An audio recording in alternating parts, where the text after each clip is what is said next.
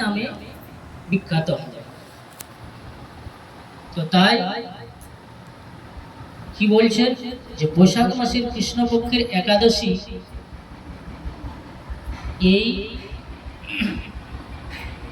ইহলোক এবং পরলোক কৃষ্ণপক্ষের একাদশী বরুথিনী নামে বিখ্যাত হবে। এই ব্রত পালন যদি কেউ করে তাহলে সুখ লাভ হয় এবং পাপ ক্ষয় হয় ও সৌভাগ্যের প্রাপ্তি ঘটে। আবার কি হয়, যদি বলছে কোনো দুর্ভাগা স্ত্রী এই ব্রত পালন করে তার সৌভাগ্য হয় এবং ভক্তি মুক্তি প্রদানকারী এবং সর্বপাপ হরণ এবং গর্ভবাস যন্ত্রণা থেকে বিনাশ হয় এই ব্রত পালন করতে গেলে।